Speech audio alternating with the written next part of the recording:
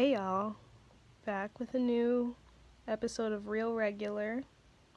Much like the quality of this video.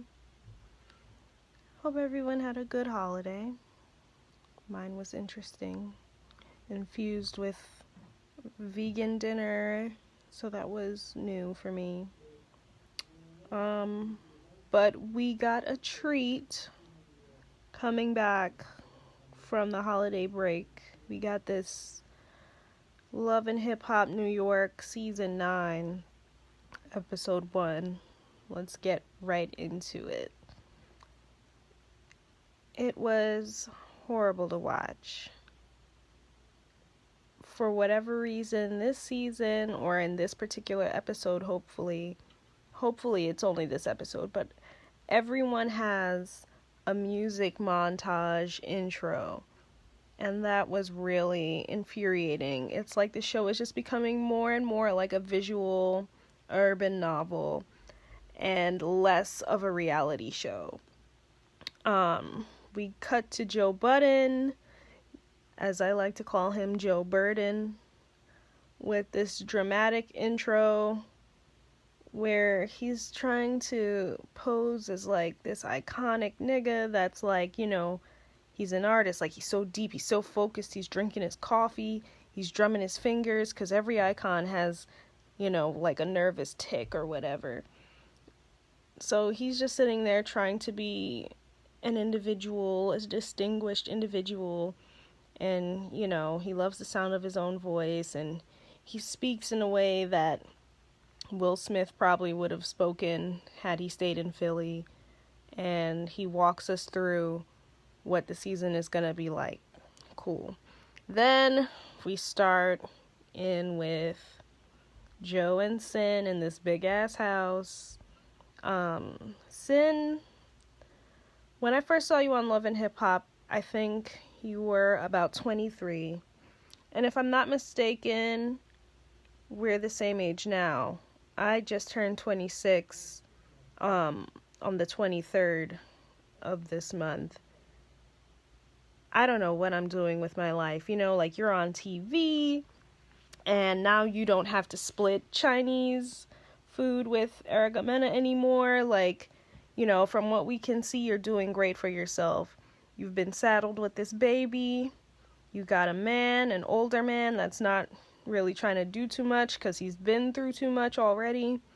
And all you got to do is breastfeed this kid, make sure, Lexington grows up okay, and sit in this house and look good. And you're whining about how old he is and the fact that he wants to make this transition into a family life. That's where he is at this point. And if you weren't ready for that, you shouldn't have signed up for it. If you still wanted to be ripping and running and hoeing, you should have been ripping and running and hoeing. Maybe you should be in Atlantic City and not with Joe. Maybe you shouldn't. It was just really annoying to talk about, to hear her talk about how horny she was and how she's just dying for this and how, her confidence is staked on him having sex with her. If you're trying to get comfortable with your new body, get comfortable at the gym. I think that's what you need to do. You need to worry about snapping back. Maybe that's why he's not all over you. But from what I can tell, he has perfectly solid reasons to not be bothered. He's working, he has a son, and he's just interested in living an adult life for once versus being wild and crazy the way you're used to being. Like, I don't know, Cyn. You struck it good. Like, you don't have to work, you don't have to lift a finger, you don't have to do shit, but sit in that house, look pretty, and make sure that child keeps all his fingers and toes.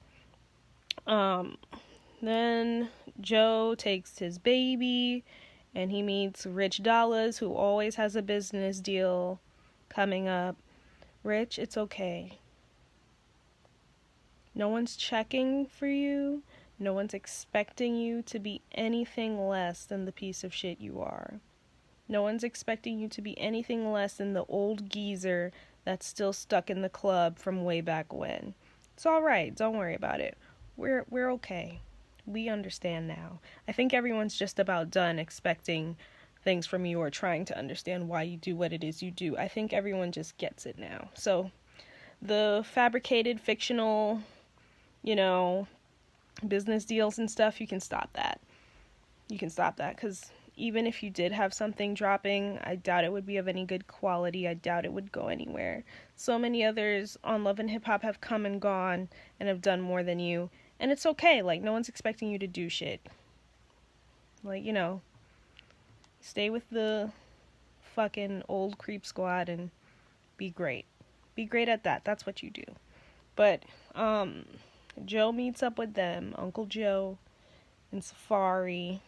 I love when Joe told Safari he was so loud. That was like the funniest thing. And Safari talks about how he's gonna be at this performance in Dykeman at a ball game, and they do the annoying ha ha ha ha laugh that guys do, the laugh that the cool guys do. And we fast forward to Safari having yet another music montage. Like, this cannot be it. We cannot keep glazing over these details. It's already bad enough that we're not terribly interested in these storylines. Excuse me. But the fact that you can't even provide us the footages, shout out to Cardi, the footages to fucking see what's going on is getting really tiresome and really annoying, and it's not making anyone enthused about watching the show. So we have this whole music montage. Safari takes a very Jamaican swig of a nutcracker. I'm assuming that's what he had. He does the thing that Jamaicans do when something's sweet them. And he's like on his way to this performance. Fast forward, he's like walking us through what happened. They basically bitched him and started throwing shit at him. And then, that's pretty much it. Like, it goes viral. Big surprise. It's Safari. Whatever. Then we go to Juelz and Kimbella. And all I can say is, aw, Kimbella, aw. Like, she was really attractive in the whatever season she was in with Chrissy and them. Like, she looked amazing, and I can see that being with Juelz has definitely transformed her, and not necessarily for the better. Like, she's got this Amazonian build where she's like really big, and then later on in the program you see she has like abs, but then there's like clearly something going on in her midsection, and like, she's just, I don't know, but she looked beautiful in that brown hair she had. I wish she'd do that. The blonde, like her natural hair doesn't seem to be in that great of a condition. And then, I would prefer it if she let the blonde go. I feel like it just washes her out. It doesn't really do much of anything for her. But in any case, she meets Juelz, and Juelz apparently is no good as he ever was. He's strung out on drugs. Now he's got this Bobby Brown thing going on with his mouth. And he doesn't really seem to take accountability for anything that happens. Like, he's talking about how he was having teeth problems, like he was having dental issues, but kind of just glazes over the fact that he was using perks and lean and God knows what else. Like, let's be honest, you were clearly abusing drugs, you lost your teeth, you underwent this surgery, and it just got worse. Like, you have to be able to admit these things to yourself. And apparently that's going to be a reoccurring thing with him and Kimbella as the show progresses. She's just sitting there with, like, with the kids. The kids are like, oh, I miss daddy. Yeah. Like, bullshit fed lines or whatever. Juelz is eating this horrible thing that his mom threw together. And then we fast forward and Kim comes to see him or some shit. At some point she comes to see him. I'm just get that out of the way now. She comes to see him for this guidance counseling thing. And the therapist didn't really have anything to offer. She was just throwing a lot of cliche expressions out there. Juelz didn't really move me. He gave Kim the same tired, I'm sorry, I didn't mean to hurt you, whatever. Like, I don't really get the sense that, like, I don't know if he's just shut down or if he's just incapable, but I don't really get the sense that it makes a difference to him what happens to her. Because he just keeps putting her through the shit. And, 9 years is way too much time for me to have shit out 3 kids and not be married yet. But, he's apologizing to her. And I could really see, like, the tiredness. Like, I could see the exhaustion in Kimbella's face when they were in that session. And I could see how, like, there was a moment where she wasn't speaking. And you could just see, like, the age in her face. Like, the actual age in her face. Like, Juelz has really worn her out. And I wish she would just leave him at this point. Marrying him at this point would be no different from fucking, tying a car to your ankle and just pulling up the handbrake and letting it roll into the ocean. It would be no different. So, Kimbella girl, like, the damage is done. You have the 3 children. Your body isn't the same, but you still have a beautiful spirit about yourself, and I feel like that can manifest in the future once you get rid of the things that are limiting you, Juelz. Then, what else happened? We have yet another music montage. Alexis Sky, is about to sign this deal. Of course, it's on Fetty's label, and I'm really interested to see how Masika feels about this. But, Alexis, the thing about you is that you have this horrible story about, your horrific delivery, and you have, like, this whole world's smallest violin thing going on, and I want to feel bad for you, but you know what? I'm not going to talk about Alexis and her baby because I don't want what's going on with Alexis and her baby to happen to me. You went after Masika, you did all that shit. You were carrying this child inside you, engaging in all kinds of horrible shit, and now you're going through what you're going through. I think that says everything. You're essentially being dragged by karma. So for you to be sitting up here and, like, complaining and whining, like, all the best, sis. Then Fetty comes in because, of course, it's fucking messy and it's Mona Scum Young. So, of course, Fetty comes in and Fetty kind of just punked the shit out of her. Like, every time we've seen Alexis, she's been all rah-rah and about it. She's like, what do you mean? You want to talk? Like, what I want to talk about? And she's, like, very careful about how she speaks to him, and he barely said anything. He's sitting there sipping champagne. He didn't give a single solitary shit what she had to say, and it showed. And then he kind of had an argument but didn't, as most fuckboys do. He just really embarrassed her, and then, like, the manager dismissed her, helped her into her jacket and sent her on out the door. It was really embarrassing.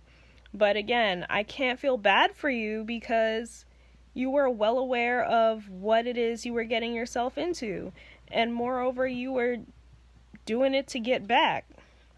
Or whatever. Like, who really knows at this point? bottom line, you had it coming. You had it coming because your intentions weren't out of love for this man. It was clearly, whatever motives it was, clearly influenced the outcome now. So I don't want to hear shit else about it. Then we have like Mano, Joe Budden's again, you know, Uncle Joe, and Jacque, saying that he's the face of Sean John. Whatever that means. And they're talking about what happened with Safari. And Mano looks like a dumb Paul Mooney, but he has a lot of wisdom in what he's saying. He's like, you know, you have to wear one jacket, you can't be what you'd like to be, and then who you are doesn't match. And that's true. You know, you don't want to, play up a facade that you can't maintain. That's exhausting for anybody. And, yeah, and then Mano talks about this girl getting shot in her leg, his girlfriend, and I don't fucking know if she felt like she didn't want her actual hospital photos to be released. By no means am I diminishing the significance of her getting shot in the leg. I'm pretty sure that's rough for anybody. People die from being shot in the leg.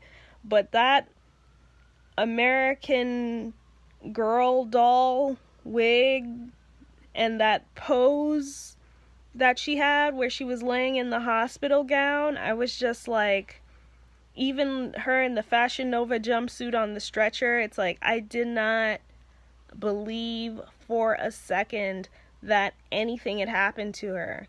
Like, I don't know if she retook those photos, whatever it was, it just made the show even worse. It made it even worse. Then we come to Cyn and Joe at Joe's live show podcast thing. They get in the cab. She's like, my tits are out. Smell my neck. Let's go to a hotel and have sex. And he's like, we can have sex at home. And I would want to have sex at home as well.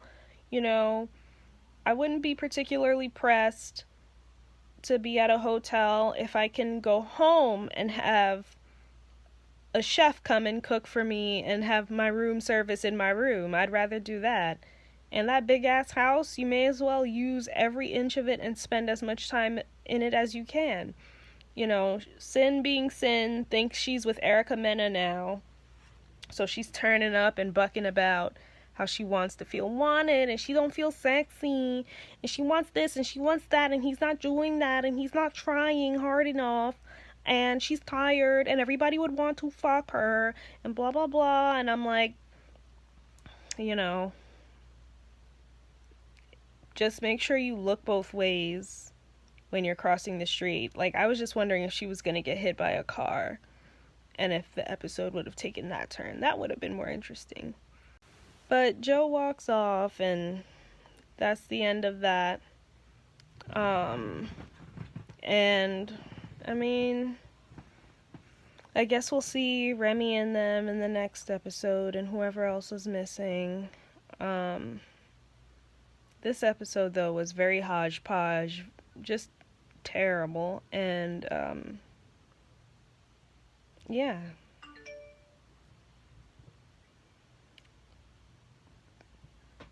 I'll see y'all next time.